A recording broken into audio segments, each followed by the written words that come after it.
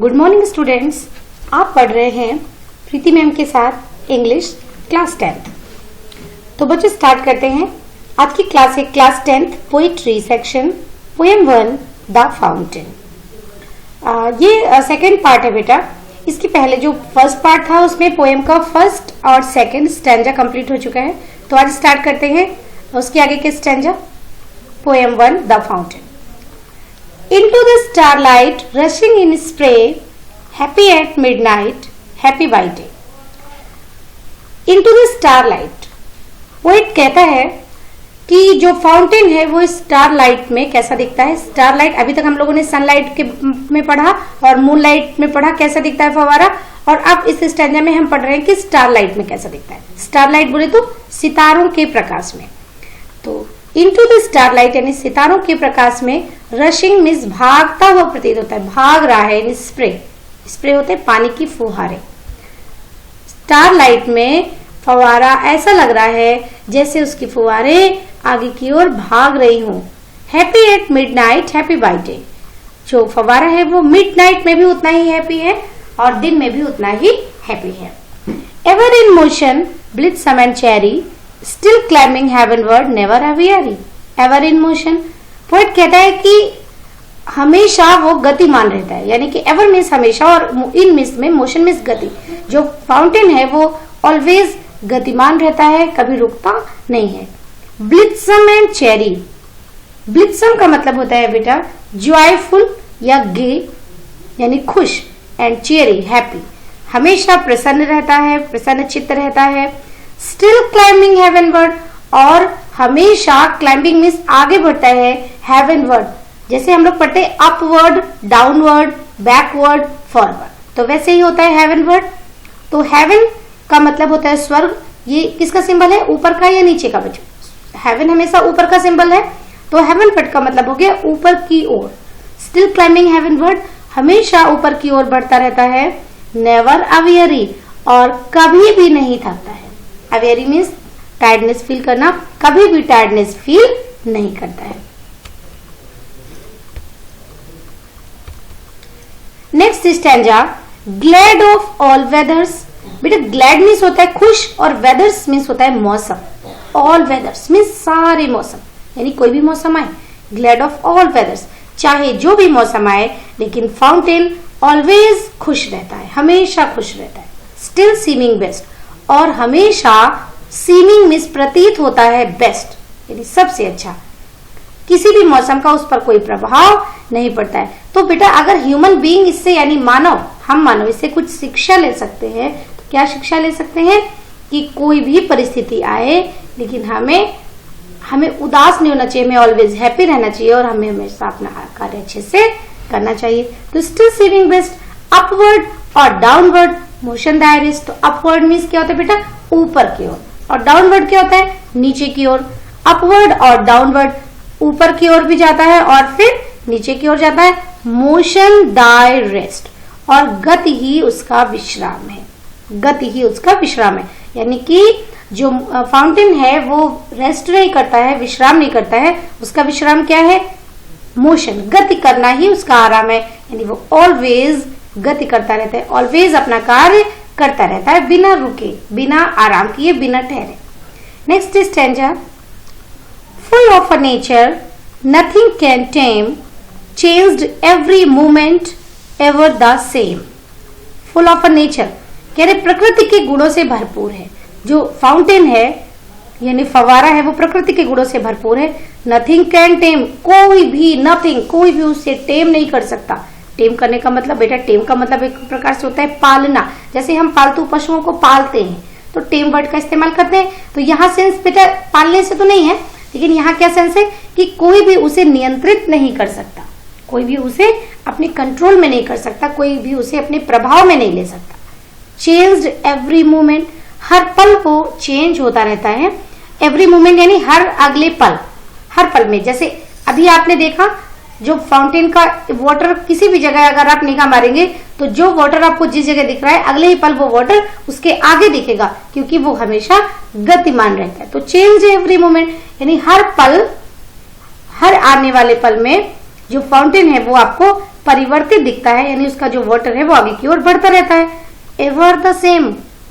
लेकिन देखिए कितनी अपोजिट सी बात बताई गई है, इसके बावजूद भी वो बिल्कुल वैसा ही दिखता है, हमेशा एक जैसा दिखता है, यानी परिवर्तित होने के बावजूद भी वो एक समान प्रतीत होता है। ऐसा क्यों है बेटा? क्योंकि उसमें गति तो हो रही है, लेकिन वो गति लगातार हो रही है, लगातार। तो अगर आप एक सरसरी निगाह से देखेंगे तो आपको एक जैसा लगेगा फाउंटेन, उसमें कोई परिवर्तन नहीं लगेगा। तो एक बार फिर से इसका रिवीजन करते हैं। Full of a nature, nothing can टेम, यानी प्रकृति के गुणों से भरपूर है, कोई भी इसे कंट्रोल नहीं कर सकता, कोई भी इसे नियंत्रित नहीं कर सकता। चेंज एवरी मोमेंट, हर मोमेंट में चेंज हो रहा है। एवर द सेम, लेकिन फिर भी वो देखने में बिल्कुल अनचेंज्ड लग रहा है, बिल्कुल सेम लग रहा है। ओके बेटा, तो अब चलते हैं हम अपने कॉम्प्रिहेंशन की तरफ। तो पहला स्टैंजा है एवर इन मोशन से लेके नेवर अवेयर तक। एक बार इन जो इसकी कंप्लीट लाइंस है उसको मैं पढ़ूंगी। Ever in motion, blithesome and cheery, still climbing heavenward, never aware. Each of the four lines, question number 1 है बेटा, each of the above four lines describes a particular quality of the fountain। ये जो 4 lines हैं आपकी ever in motion से लेकर never aware तक, इनमें से प्रत्येक लाइन फाउंटेन की एक पर्टिकुलर क्वालिटी को डिस्क्राइब करती है, एक पर्टिकुलर यानी विशेष गुण को दर्शाती है। वो विशेष गुण कौन सा है, मेंशन देम, वो आप बताएं कि वो विशेष गुण कौन से हैं। तो देखो बेटा, जो 4 लाइन थी, इन चारों लाइनों में क्या क्या बताया गया, मैं उसके आधार पे आपको बता रही हूँ। The above 4 line describes the fountain is, जो ये 4 लाइन है ये क्या डिस्क्राइब करती हैं कि fountain is dynamic, cheerful, progressive and energetic. Okay, पहली लाइन में था एवर इन मोशन, हमेशा गतिमान रहता है, तो डायनेमिक हो गया यानी गतिशील। दूसरी लाइन में था ब्लिट्सम एंड चेरी, यानी हमेशा प्रसन्न रहता है, तो चीयरफुल। तीसरी लाइन में था स्टिल क्लाइंबिंग हेवनवर्ड, हमेशा आगे की ओर, ऊपर की ओर बढ़ता रहता है, तो हो गया प्रोग्रेसिव यानी उन्नतिशील। और लास्ट लाइन थी नेवर अवेयरी, कभी भी थकता नहीं है, तो इसका हो जाएगा एनर्जेटिक। तो ये 4 क्वालिटीज हैं बेटा जो फाउंटेन की बताई गई हैं इन 4 लाइंस में, dynamic, cheerful, progressive and energetic. मैंने आपको हिंदी में भी समझाया और इंग्लिश में भी, तो इसको बहुत अच्छे से पढ़ेंगे बेटा। अब चलते हैं नेक्स्ट क्वेश्चन की तरफ। Question number 2, what is the meaning of the word still. Word इसमें आया है स्टिल, स्टिल का मीनिंग क्या है, स्टिल कहां पे आया है बेटा, तीसरी लाइन में आया, 3rd लाइन में आया है स्टिल। स्टिल क्लाइंबिंग हेवनवर्ड, कि हमेशा आगे की ओर बढ़ता है, तो स्टिल का मतलब क्या होता है, ऑलवेज। स्टिल मीन्स हमेशा, the word still means always, still का मतलब होता है हमेशा। Now question number 3, point out the rhyming words in the above noted lines.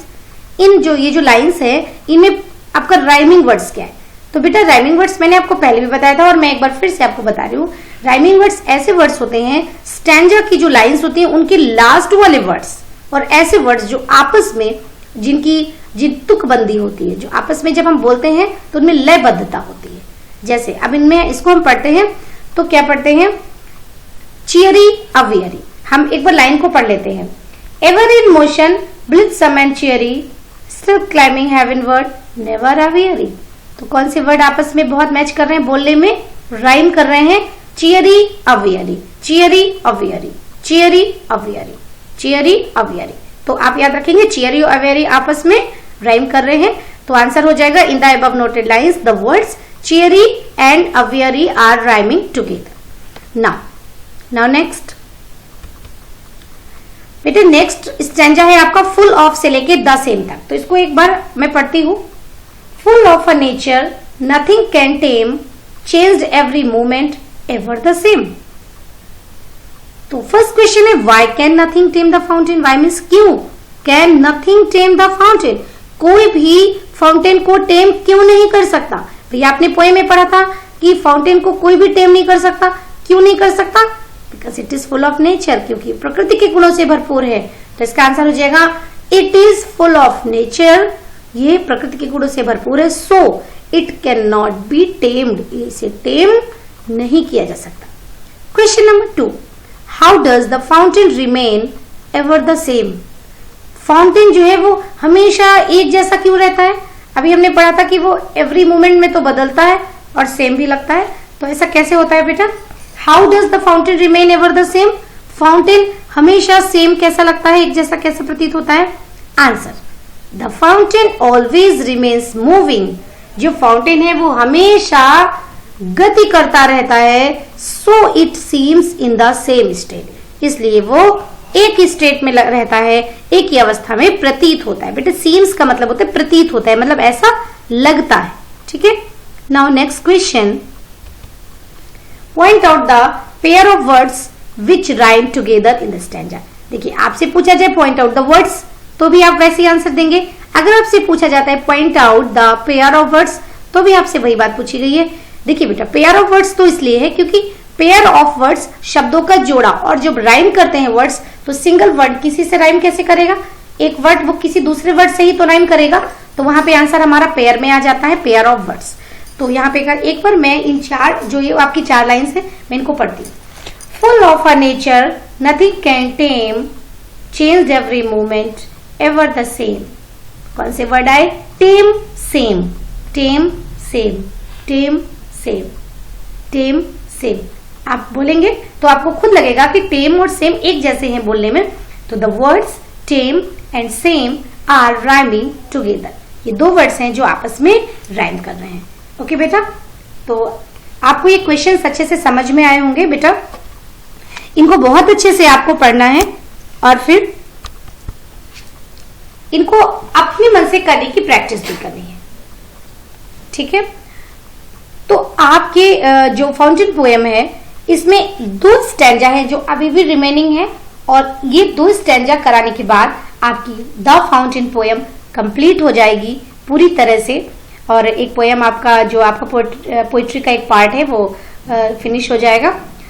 तो ये 2 स्टैंजा मैं आपको अपनी अगली क्लास में पढ़ाऊंगी, लेकिन ये जो मैंने आपको आज पढ़ाए हैं ये दोनों स्टैंजा आपको कॉम्प्रिहेंशन के लिहाज से, एग्जाम्स के लिहाज से बहुत इंपॉर्टेंट है। बहुत अच्छे से आपको इसको तैयार करना है, और इस बात को हमेशा याद रखना है, द फाउंटेन और पोइट का नाम ऑलवेज आप रिपीटेडली बोलते रहिए। देखिए जो चीजें आप रिपीटेडली बोलते हैं, रिपीटेडली मतलब बार बार, जो चीजें आप बार बार पढ़ते हैं या बार बार बोलते हैं वो आपके माइंड में बहुत अच्छी तरह से सेट हो जाती है। जितनी बार आप पढ़ेंगे, इस स्लाइड को चलाएंगे, पढ़ेंगे the fountain James Russell novel, the fountain James Russell novel, तो आपके माइंड में बात सेट हो जाएगी कि द फाउंटेन जो पोएम इसके पोएट है जेम्स रसेल नॉवेल। आपको बहुत ज्यादा लर्न करने में मेहनत नहीं करनी पड़ेगी।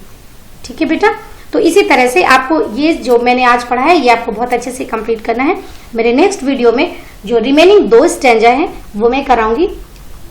इनको बहुत अच्छे से प्रिपेयर करिएगा बेटा। Very best wishes. Thank you.